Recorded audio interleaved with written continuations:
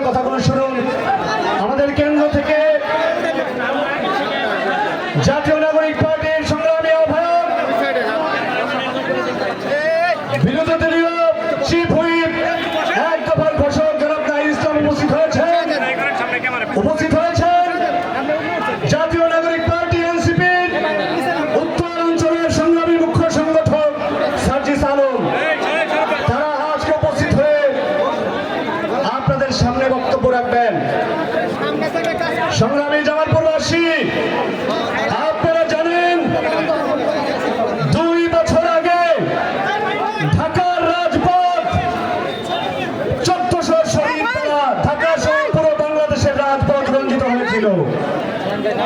সেই রাজপথের রক্তের একটা অংশ ছিল আমাদের জামালপুরের সন্তানদের। 17 জন শহীদ নিজেদের বুকের তাজা রক্ত ফেলে দিয়ে বাংলাদেশকে পুনরায় স্বাধীন করেছে সংগ্রামী বন্ধুগণ। কিন্তু আমরা এই শহীদের রক্তের বদৌলতে যে সরকার ক্ষমতায় এসেছে তারা শহীদের আকাঙ্ক্ষা বাস্তবায়ন করতে পারে নাই।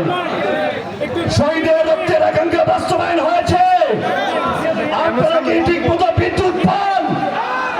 আপনারা কি ঠিক মতো দ্রব্যমূল্যের সুলভ মূল্যের আপনারা কিনতে পারেন? আপনাদের বাচ্চারা কি ঠিক মতো স্কুল কলেজের সঠিক শিক্ষা ব্যবস্থা পাচ্ছে? আমাদের ভাগ্যের উন্নতি হয় নাই। সরকার বলেছিল ক্ষমতার 18 মাসে 1 কোটি কর্মসংস্থান করবে। 5 মাস হলো তারা ক্ষমতায় বসেছে। কোন ধরনের সরকারি চাকরি থেকে কোন ধরনের কর্মসংস্থান তারা করতে পারেনি। তারা শুধু কার্ডবাজি করেছে।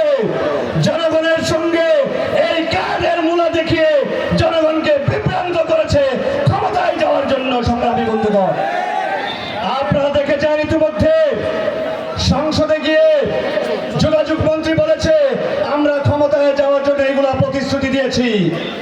এটা কি প্রতারণা না? বিএনপি আপনাদের সঙ্গে স্পষ্ট প্রতারণা করেছে বন্ধুগণ। আপনারা জানেন আমাদের জামালপুরে এনসিপি বিগত 1.5 বছর যাবৎ কাজ করছে। আজকের এই বিশাল সমাবেশে সকল শ্রেণী পেশা ধর্ম বর্ণ নির্বিশেষে যে জনসমর্থন আপনারা দেখিয়েছেন এটাই প্রমাণ করে জামালপুরের আগামী রাজনীতির ঘাঁটি হবে এনসিপি। জামালপুরে আগামী রাজনীতির ঘাঁটি হবে ছাত্র শক্তি। জামালপুরে আগামী রাজনীতি হবে যুব শক্তির ইনশাআল্লাহ। আপনারা যার বক্তব্য শোনার জন্য অধীর আগ্রহে অপেক্ষা করছেন, একটু পরে তিনি বক্তব্য দিবে। আপনারা ধৈর্য ধরে থাকুন। আপনারা জাতীয় নাগরিক পার্টির ছাত্ররা আসুন, আমাদের হাতকে বাংলাদেশের পুনর্গঠনের এই প্রক্রিয়াকে ত্বরান্বিত করুন। এখানে আমাদের অ্যাডভোকেট শামীম ভাই উপজেলা চেয়ারম্যান, এনসিপি তাকে উপজেলা চেয়ারম্যান হিসেবে সমর্থন দিয়েছে। আপনারা তার ডাকে অনেকে এসেছেন, এনসিপি ডাকে এসেছেন। আগামী দিন ইনশাআল্লাহ আপনারা শামীম ভাইয়ের হাতকে শক্তিশালী করবেন। সকলেই ভালো থাকুন, সুস্থ থাকুন।